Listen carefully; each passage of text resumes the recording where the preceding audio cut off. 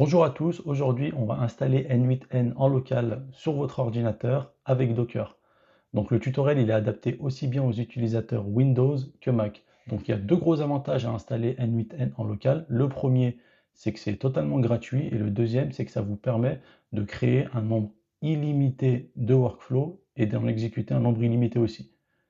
Donc allez, on passe à l'installation. Donc tout d'abord il faut aller sur votre navigateur web, vous tapez Docker. Et là, vous cliquez sur le premier lien pour télécharger le logiciel. Donc voilà, là vous avez le bouton télécharger. Donc vous téléchargez en fonction de votre système d'exploitation. Donc moi, je ne vais pas faire la procédure parce qu'il est déjà installé sur mon PC. Donc là, une fois que vous l'avez téléchargé, vous l'installez. Et donc pour vous expliquer en gros ce qu'est Docker, Docker c'est un logiciel qui permet de manipuler des conteneurs. Donc un conteneur c'est quoi? C'est comme un ordinateur indépendant qui permet d'exécuter une application. Et le gros avantage, en fait, c'est que ce conteneur, il peut être exécuté sur différentes machines sans devoir tout réinstaller ou tout reconfigurer. Donc allez, on repasse à l'installation. Donc là, normalement, vous avez dû devoir installer le logiciel Docker. Donc là, moi, je vais l'ouvrir. Hop. Donc vous, normalement, vous n'allez pas arriver sur cette page. Vu que vous l'avez lancé pour la première fois, vous allez arriver sur une page où vous allez devoir soit vous connecter ou créer un compte. Donc de toute façon, vous êtes obligé de créer un compte, sinon vous ne pourrez pas créer de conteneur et utiliser Docker tout simplement. Donc moi, ce que je vais faire, c'est que je vais me connecter à mon compte. Hop.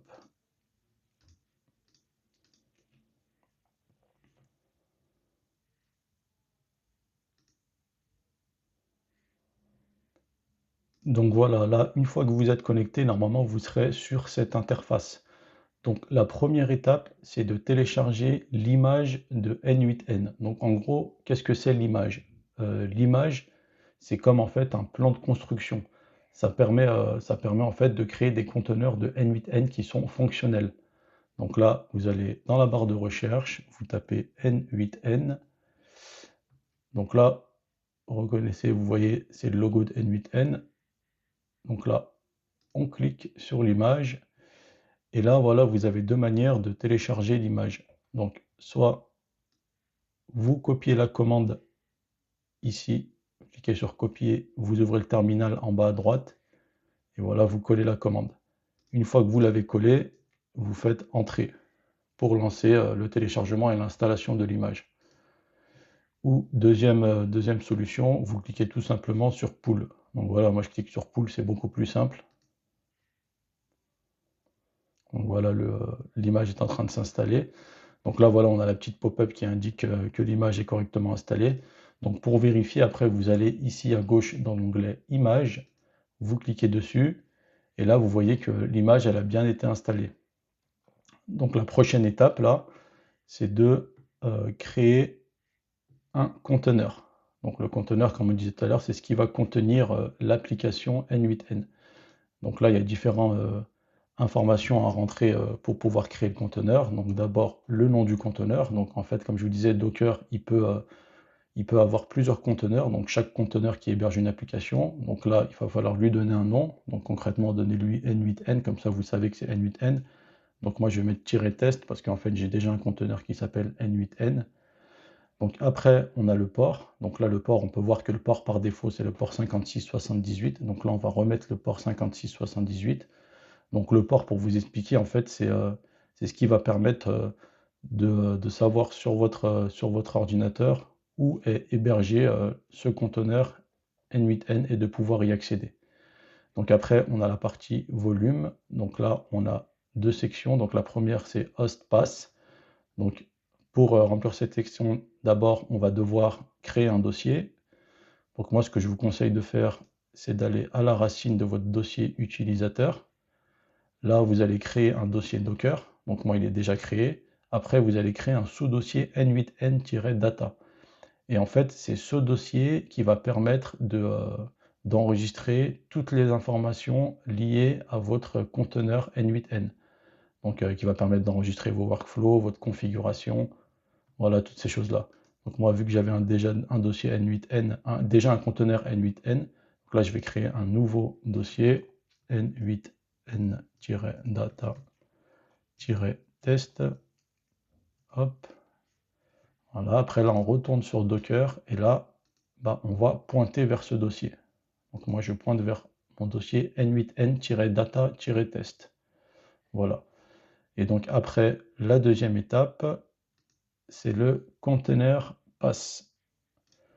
Donc là le container pass, il va falloir le remplir. Donc que vous soyez sur Windows ou Mac, c'est pareil. Donc vous allez mettre /home /node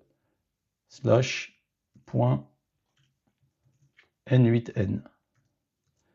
Donc concrètement, le container pass, c'est quoi? C'est le dossier interne où n8n il va travailler. Et ensuite, on a la section environnement, variable d'environnement plutôt.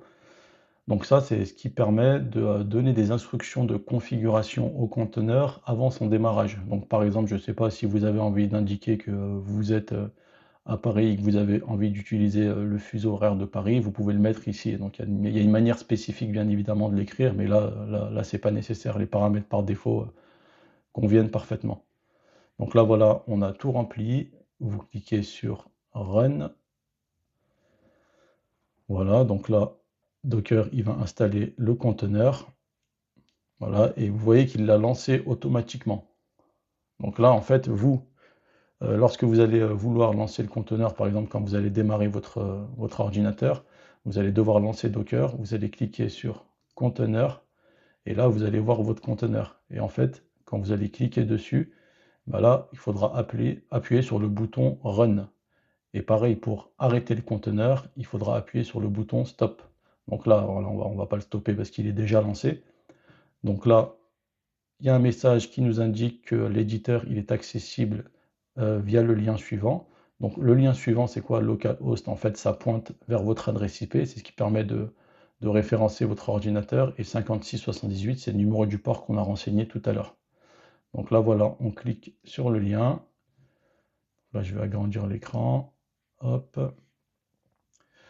Donc voilà, petite parenthèse, pour 2026, je me suis fixé un challenge, c'est de publier une vidéo chaque dimanche. Mon objectif, c'est vraiment de vous montrer toutes les possibilités d'automatisation et aussi de vous permettre de monter en compétence sur des logiciels comme n8n. Si vous êtes intéressé par ce type de contenu, merci de liker la vidéo et de vous abonner à ma chaîne. Donc on rebascule sur l'installation. Donc là, voilà, on a la fenêtre de n8n. Donc là, la première étape, vu que c'est la première fois qu'on lance ce conteneur, il faut créer un compte administrateur. Donc là, voilà, on va créer un compte administrateur. Hop. Donc voilà, vous mettez les informations qui vous concernent vous.